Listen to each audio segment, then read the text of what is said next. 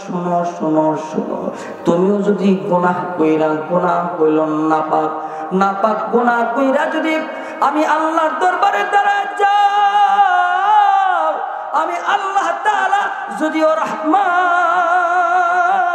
আমি আল্লাহ তাআলা যদিও রহিম, আমি আল্লাহ তাআলা তোমাকে আমি আল্লাহ তাআলা আমার রহমতের কোলে ঠাঁই দেব না। তোমার মা যেমন মহব্বত থাকার পরেও ভালো বিছানাতে পায়খানা থাকার কারণে শরীরে তোমার মা যখন তোমাকে বসতে দেয় না, আমি আল্লাহ তাআলার নিয়ামতের জায়গা জান্নাত, জান্নাতেও আমি আল্লাহ তাআলা গুনাহ নিয়ে আসলির বান্দা তোরে আমি ঠাই দেব না, জায়গা দেব না। এই জন্য নবী বলে, উম্মত আয় আয় গুনাহ করে আসবি না। এমন কিছু গুনাহগার আল্লাহ তাআলার বান্দা থাকবে যাদের দিকে আমার আল্লাহ রব্বে জালাল এত রাগান্বিত হয়ে যাবে, এত রাইগা যাবে রে, এত রাগ করবে। সরকারে দু আলম মুহাম্মাদুর রাসূলুল্লাহ বলে, ইন্নাল্লাহ লা ইয়ানজুরু ইলাস লাইনাল্লাহ লা ইয়ানজুরু ইলাইহিম ওয়া লা ইউকাল্লিমুহুম। আল্লাহ তাআলার রাসূল বলে, এমন কিছু গুনাহগার পাপিষ্ঠ থাকবে যাদের দিকে আমার মাওলা রহমতের নজরে তাকাবে না, মুহাব্বতের নজরে আল্লাহ তাআলা হাশরের ময়দানে ওই বান্দাটার দিকে তাকাবে না। এমন কি ওয়ালা ইউকাল্লিমুহু, আমার মাওলা কিছু কিছু এমন গুনাহগার থাকবে যাদের সাথে আমার মাওলা কথা বলবে না। এই জন্য আল্লাহ তাআলার রাসূল বলে, উম্মত রে, গুনাহ কইরা কিন্তু তোর মালিকের সঙ্গে মোলাকাত করিস না। গুনাহ কইরা কিন্তু তোর মালিকের সঙ্গে মোলাকাত করিস না। আল্লাহ তাআলার কাছে পাক সাফ হইয়া আল্লাহর দরবারে মোলাকাত কর। আমাদের শরীরে যদি ময়লা লাগে, কাপড়ে ময়লা লাগে, ওই কাপড়টা আমরা ফেলে দেই না, আমরা সাবান সোডা দিয়ে এটাকে ধৌত করে পানি দিয়ে পরিষ্কার করে আবার সেটাকে পড়ে। আল্লাহ তাআলা বলে, বান্দারে তোরা যারা নামাজ পড়িস নাই, গুনাহ করেছিস, সুদ খাইছস, ঘুষ খাইছস, এ বান্দা আমি আল্লাহ তাআলা বলি তোর নৈরাশ হইস না, আয় আয় তওবা নামক একটা সাবান দিয়া পানি দিয়া আমি আল্লাহ তাআলার কাছে মরণের আগে যদি ডাক মানুষ, আল্লাহ আমি আর কখনো গুনাহ করব না, আল্লাহ আমি আর কখনো পাপ করব না, গুনাহ নিয়ে তোমার আদালতে দাঁড়াবো না, ও মওলা তুমি আমাকে মাফ করে দাও, মাফ করে দাও। আল্লাহ তাআলার কোন বান্দা যদি অতি জিন্দেগীর গুনাহের উপর লজ্জিত হয়ে ভবিষ্যতে কখনো গুনাহ করবে না, গুনাহ করবে না, এমন একটা আজম এরাদা যদি করবার পরে আর মৃত্যুর আগে গড়গড়া শুরু হওয়ার আগেও যদি তওবা হয়ে যায়, রাসূল বলে বান্দাটা তো এমন তওবা করলো, আল্লাহ তাআলা শুধুমাত্র তার গুনাহে মাফ করবে না।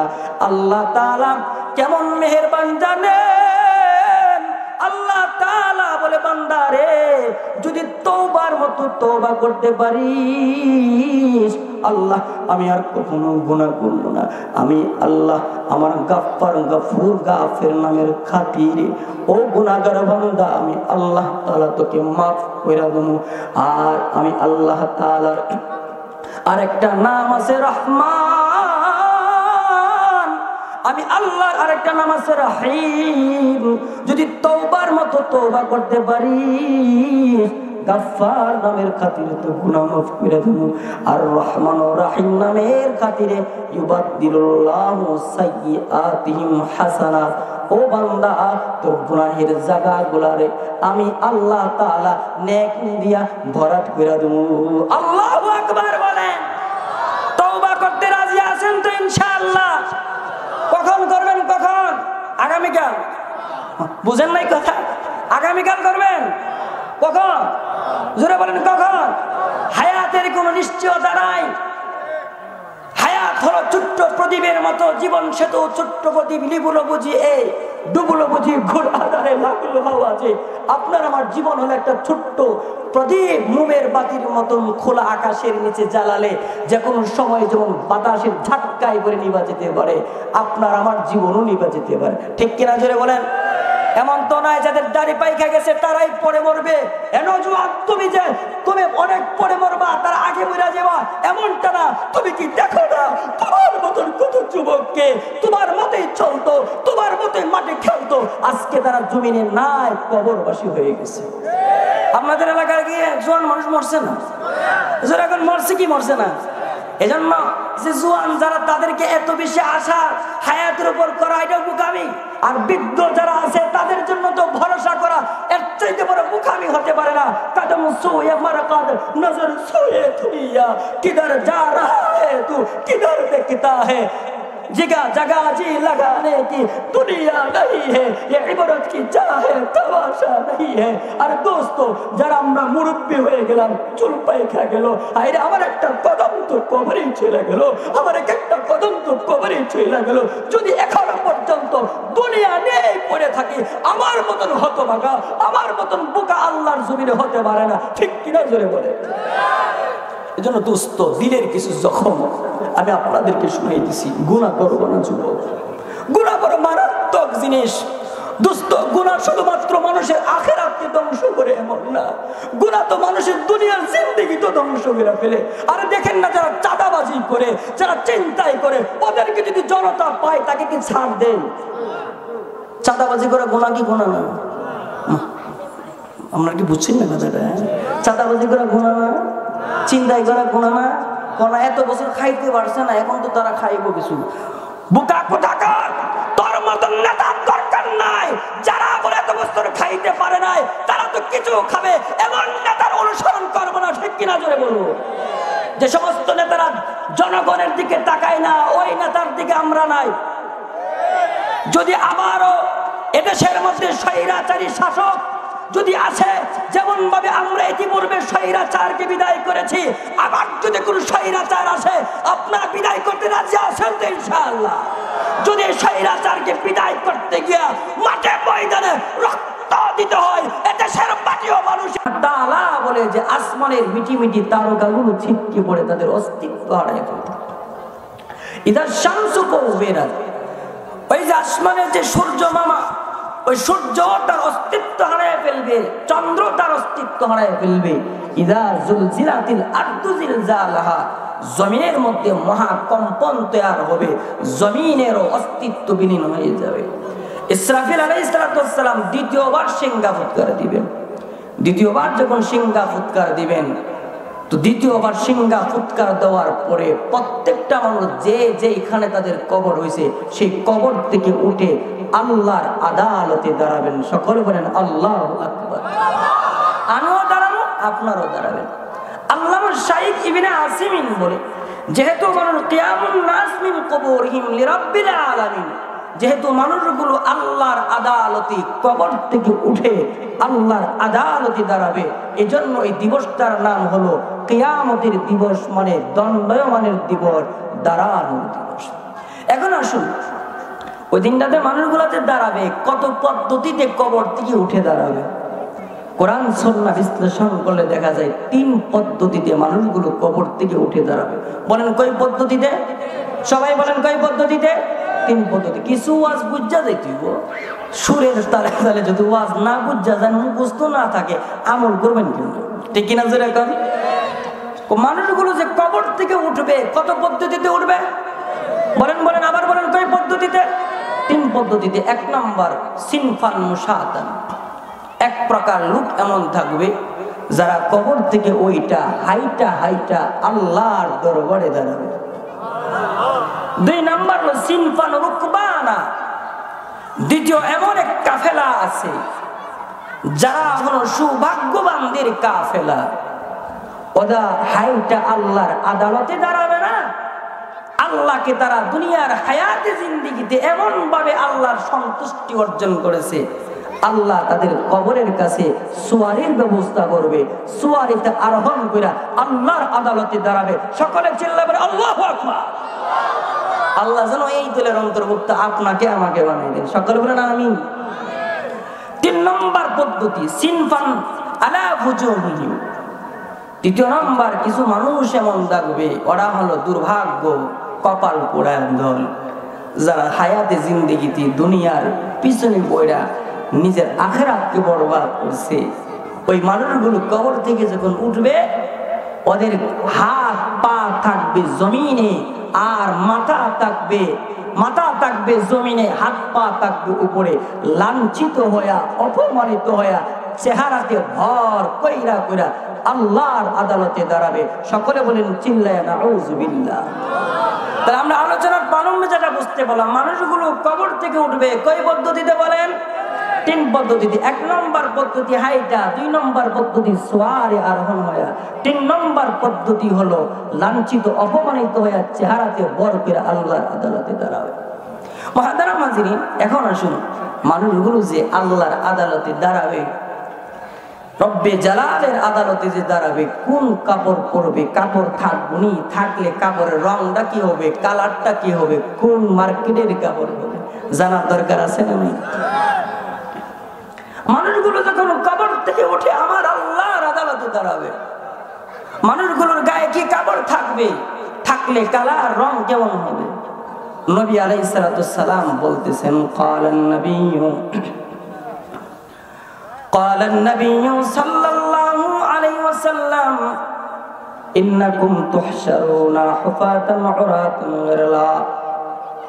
সরকারে দু আলম আল্লাহর রাসূল বলেন, উম্মত কিয়ামতের কঠিন ময়দানে যেদিন তোমরা আল্লাহর আদালতে দাঁড়াইবা, সেই দিন তোমাদের গায়ে কোন রকমের কাপড় থাকবে না, উলঙ্গ হইয়া বিবস্ত্র হইয়া বিলা লিবাস আল্লাহর আদালতে দাঁড়াইবা।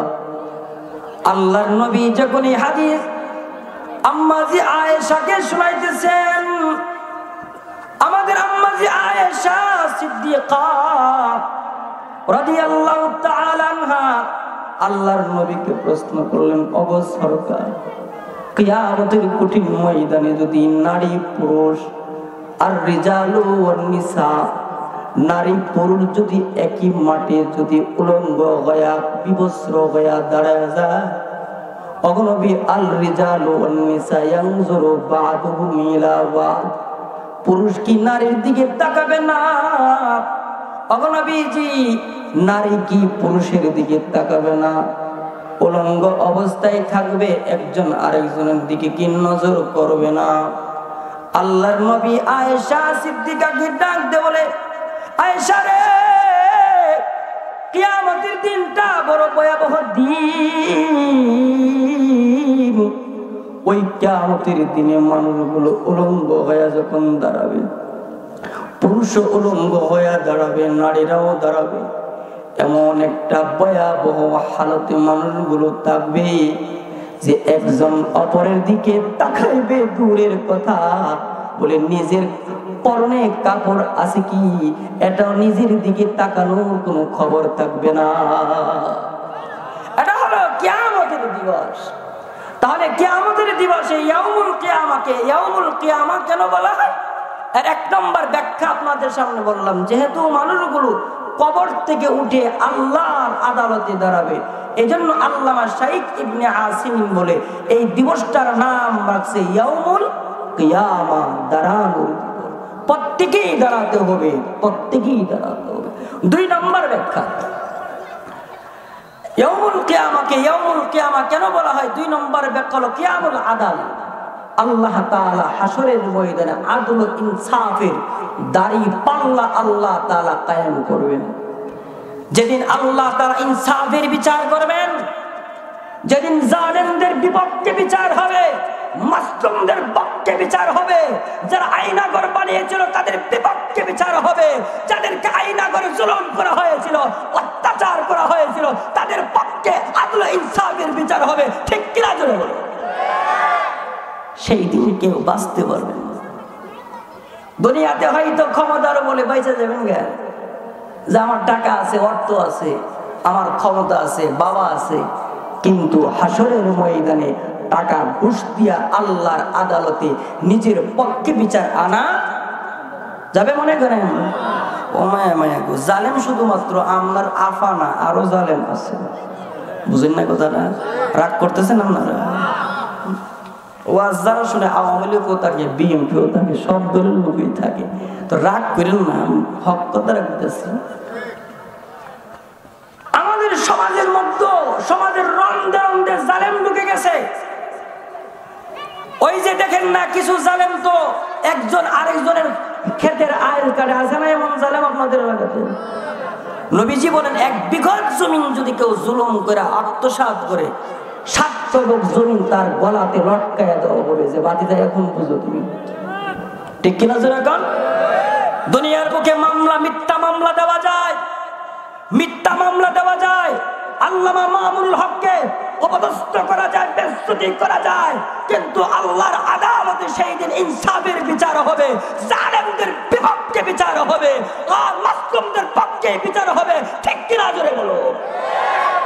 এজন্য জুলুম করবেন না। নবী বলেছেন, ইত্তাকি দাওয়াতাল মাজলুম। এই মাজলুমের বদদুয়া থেকে বাঁচা থাকো। কাউকে গালি দিয়া নিজেকে জালেম বানায় না, কারো সমালোচনা করে নিজেকে জালেম বানায় না, কারো জমিন আত্মসাৎ করে নিজেকে জালেম বানায় না, এতিমের মাল আত্মসাৎ করে নিজেকে জালেমের কাতারে নিয়ে যায়। তা আল্লামা শাইখ ইবনে আসিমিন বলে, যেহেতু মানুষগুলো কবর, আল্লাহ তাআলা যেহেতু কিয়ামতের ময়দানে আদল ইনসাফের পাল্লা দাঁড় করাবেন, এই জন্য ওই দিবসটার নাম রাখছে ইয়াউমুল কিয়ামা, কিয়ামতের দিবস, দাঁড়ানোর দিবস। মানে হলো আদল ইনসাফের পাল্লা আল্লাহ দাঁড় করাবেন। 3 নম্বর ব্যাখ্যা হলো কিয়ামুল আশহাদ। আল্লাহ তাআলা আপনার আমার প্রত্যেকটা, যারা আমরা অপরাধী হব, মুজরিমিন হব, আমাদের বিপক্ষে আল্লাহ তাআলা 8টা সাক্ষী পেশ করবেন। বলেন কয়টা সাক্ষী? আরো জোরে বলেন কয়টা সাক্ষী? যার 8টা সাক্ষী থাকবে সে কি আল্লাহর আদালতে বাঁচতে পারবে? 1 নম্বর সাক্ষী জমিন সাক্ষী দিবে। যেই জমিনে দাঁড়ায়া বৈশা শোয়া পাক করছি, জমিন আমার আপনার বিপক্ষে সাক্ষ্য দিবে। আল্লাহ কোরআনে বলেছেন, আল্লাহ তাআলা বলেন, ইয়াউমা ইযিন তুহাদ্দিসু আখবারাহা বিআন্না রাব্বাকা আওহা লাহা। ও দুনিয়ার মানুষ, ওই দিনের কথা স্মরণ করো। গুনাহ কইরো না, গুনাহ কইরো না, পাপাচার করো না, জুলুম করো না, কাউকে গালি দিয়া জালেম করো না, কারো জমিন আত্মসাৎ করে নিজেকে জালেমদের কাতারে দাঁড় করায়ও না, আয়না ঘর বানায় আর জালেমের কাতারে নিজের নাম লিখায়ও না। এ ভাই, আল্লাহ তাআলা বলে, যেই জমিনে দাঁড়ায়া বইয়া শুইয়া যতগুলো পাপাচার অন্যায় তুমি করেছো, জমিন সেই দিন তোমার আমার বিপক্ষে আল্লাহর আদালতে সাক্ষী পেশ করবে। 2 নম্বর সাক্ষী পেশ করবে দিন। সূর্যের আলোতে আমরা যত পাপ করছি, দিন আপনার আমার বিপক্ষে সাক্ষ্য দিবে। 3 নম্বর হলো রাত্রি রজনী আপনার আমার বিপক্ষে সাক্ষ্য দিবে। 4 নম্বর, আপনার আমার প্রত্যেকটা মানুষের 2 কাঁধে 2 জন করে ফেরেশতা আছে। একজন ডান কাঁধের ফেরেশতা, আরেকজন বাম কাঁধের ফেরেশতা। ডান কাঁধের ফেরেশতা নেকামলগুলো লিখে, বাম কাঁধের ফেরেশতা বাজান আপনার আমার জিন্দেগির বদ আমলগুলো লিখে, আপনার আমার জিন্দেগির বদ আমলগুলো লিখে, আপনার আমার জিন্দেগিতে যতগুলো পাপাচার কর্ম, সবগুলো পাপাচার লেখক কিরামান কাতিবিন, লেখক ফেরেশতারা সংরক্ষণ করে রাখবে। আল্লাহ তাআলা কালামুল্লাহতে ডাক দেয়া বলে, আমার ফেরেশতারা কেমন সংরক্ষণকারী জানো? মা ইয়ালফিজু মিন কাউলিন ইল্লা লাদাইহি রাকিবুন আতীদ। আল্লাহ তাআলা বলে, আমার বাহিনী এত মজবুত বাহিনী জানো, মানুষের জবান থেকে যে কোনো শব্দ বাক্য বের হবে, সব বাক্যগুলো শব্দগুলো আল্লাহ তাআলার অত্যন্ত প্রহরী ফেরেশতারা সংরক্ষণ করবে। আল্লামা নবীর সাহাবী আব্দুল্লাহ ইবনে আব্বাস রাদিয়াল্লাহু তাআলা রাইসুল মুফাসসিরিনা ফিস সাহাবা, নবীর সাহাবীদের মধ্যে সবচেয়ে বড় মুফাসসির আব্দুল্লাহ ইবনে আব্বাস এই আয়াতের ব্যাখ্যায় লিখেছেন, ফেরেশতারা সব লিখবে। এমনকি মানুষ যখন জ্বরের হালতে, অসুস্থতার হালতে শব্দ করে, এই শব্দগুলো পর্যন্ত আল্লাহর আদালতে ফেরেশতারা জমা দিবে। এখন বলেন, যেই জায়গাতে আপনার আমার জীবনের প্রত্যেকটা শব্দ আবার যদি সংরক্ষণ করা হয়, জ্বরের হালতে যে শব্দ করছি, এই শব্দগুলো যদি আল্লাহর দরবারে পেশ করা হয়, তাহলে আমি যে আমার ভাইয়ের বদনাম করলাম, এগুলো মানে আল্লাহর দরবারে পেশ করা হবে না। আছে না ভাই? এমন লোক আপনাদের এলাকাতে মনে নাই? গীবতখোর আসেনি? গীবত বড় মারাত্মক গুনাহ। আল্লাহ তাআলা গীবতকে বলছেন, গীবত এত বড় মারাত্মক গুনাহ, আইয়ুহিব্বু আহাদুকুম আইয়াকুলা লাহমা আখিহি মাইতান ফাকারিহতুমুহু।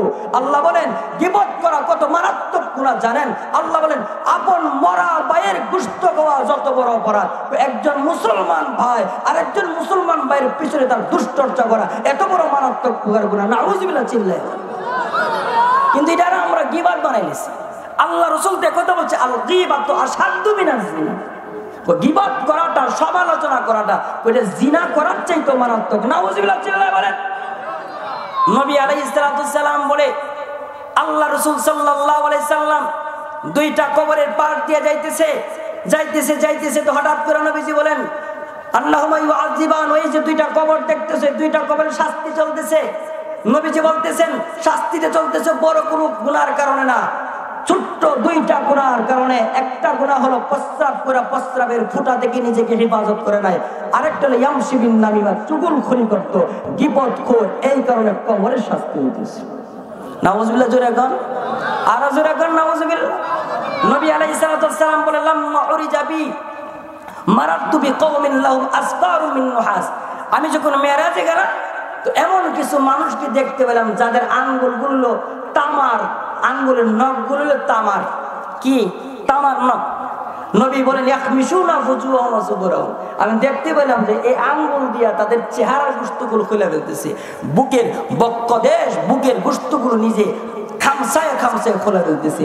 নবী বলেন জিবরাইলকে জিজ্ঞাসা করলাম, জিবরাইল তারা কারা? ওরা কি এমন পাপ করেছে যে পাপের কারণে জাহান্নামে তাদের কেমন শাস্তি দেওয়া হচ্ছে? জিবরাইল আমিন বলেন, আল্লাযীনা ইয়াকুলুনা লুহুমান নাস ওয়া আল্লাহ রাসূল সাল্লাল্লাহু আলাইহি সাল্লামকে বলতেছেন, ওগো সরকার, ওদের গুনাহ হলো ওরা দুনিয়াতে এক মুসলমান ভাই আরেক মুসলমান ভাইয়ের সমালোচনা করত। নাউযুবিল্লাহ জোরে বলেন। গীবত করবেন না তো ইনশাআল্লাহ। এজন্য গীবত করা যাবে না। আপনাদেরকে আমি বলতেছিলাম, আল্লাহ তাআলা কিয়ামতের কঠিন ময়দানে আপনার আমার বিরুদ্ধে 8টা সাক্ষী পেশ করবেন। এর মধ্যে 6 নম্বর সাক্ষী হলো নামায়ে আমাল। কিয়ামতের কঠিন ময়দানে আপনার আমার সামনে আল্লাহ তাআলা একটা কিতাব তুলে ধরবেন। আল্লাহ তাআলা বলেন, ওয়াবুজিয়াল কিতাব ওয়া তারাল মুজরিমিন। আল্লাহ তাআলা বলেন কিয়ামতের কঠিন ময়দানে প্রত্যেকটা মুজরিমিনের সামনে আমি আল্লাহ নামে আমাল জীবনের একটা ফেহরিস্তি তুলে দেব, কিতাব তুলে দেব। আল্লাহ তাআলা আপনার আমার সামনে আল্লাহ তাআলা কিতাব তুলে ধরে বলবেন, ইকরা কিতাবাকা কাফা বিনাফসিকাল ইয়াওমা আলাইকা হাসিবা। এই আব্দুল করিম, এই আব্দুল সাত্তার, তোমার পূর্ণ 40 বছরের জিন্দেগীর ডায়েরি এখানে লেখা আছে, তুমি পড়ো। এই আব্দুল করিম, তোমার 50 বছরের জিন্দেগীর আমল নামাগুলো লেখা আছে, তুমি পড়ো। আল্লাহ তাআলা যখন কথা বলবেন সেই দিন আপনি আমি আপনার আমার প্রত্যেকের নিজের আমল নামার দিকে নজর তাকানো, হাই রে এটাতে কি লেখা আছে দেখি। আল্লাহ তাআলা কত ভয়ঙ্কর তত্ত্ব আপনাকে আমাকে দিছে। আল্লাহ তাআলা বলেন, ফামান ইয়ামাল মিসকালা যাররাতিন খায়রান ইয়ারা ওয়া মান ইয়ামাল মিসকালা যাররাতিন শাররান ইয়ারা। আল্লাহ তাআলা বলেন কিয়ামতের কঠিন ময়দানে যেদিন আপনার সামনে আমার সামনে আল্লাহ তাআলা নামায় আমাল দেবে, কিতাব তুলে ধরবে, সেদিন আপনি আমি প্রত্যেকেই নিজের আমল নামার ডায়েরিতে নজর করুন, তাকায়া নিজের আমল নামাতে দেখমু। আল্লাহ তাআলা বলে, বান্দারে দুনিয়াতে বড় বড় নেক আমলগুলো করলে যেমন তোমার ডায়েরিতে লেখা থাকবে, এমনকি দুনিয়ার বুকে কেউ যদি যাররা পরিমাণ একটা নেক আমল করে থাকে, এটাও তার আমল নামার ডায়েরিতে লেখা পাবে। আল্লাহ তাআলা বলেন, কিয়ামতের কঠিন ময়দানে আপনার আমার আমল নামার দিকে যখন তাকাবো, ও ভাই, যদি পাপ গুলা থাকি, বড় বড় পাপ গুলো যেমন লেখা থাকবে, ছোট্ট ছোট্ট পাপ যারা পরিমাণ গুনাহটাও আপনার আমার আমল নামাতে লেখা থাকবে। এজন্য ভাই, আপনাদের হাতে ধরি পায়ে ধরি, গুনাহ কইরা আমার আল্লাহকে নারাজ করবেন না, গুনাহ কইরা আমার মাওলারে রাগাবেন না, গুনাহ কইরা আমার মাওলার কাছে যাবেন না। আমার আল্লাহ তাআলা যদিও রহমান, আমার মাওলা যদিও রহিম, কিন্তু গুনাহ কইরা গেলে কিন্তু আল্লাহ আপনাকে পছন্দ করবে না, আমাকে ভালোবাসবে না, আপনার আমার কোলের রহমতের কোলে আপনাকে আমাকে তুলে নিবে না, আপনাকে আমাকে ঠাঁই দিবে না। ভাই, উদাহরণ দিলে বুঝবেন, একটা সন্তানের গায়ে পায়খানা দিয়া পুরা শরীরটাকে বড়ায় ফেলছে, মাসুম বাচ্চা, কোলের বাচ্চাটা পায়খানা দিয়া যখন পুরা শরীরকে বড়ায় ফেলছে, চিৎকার মারছে, ওয়া ওয়া করে মাকে ডাক মারছে। মাকে ডাক দেওয়ার পরে মা যখন আয়েশা তার সন্তানকে পায়খানা দিয়া বড়া দেখে, তখন সন্তানকে মায়া থাকার পরেও, মহাব্বত থাকার পরেও কিন্তু সন্তানকে কোলে নেয় না। আল্লাহ তাআলা বলে, এ আমার বান্দা,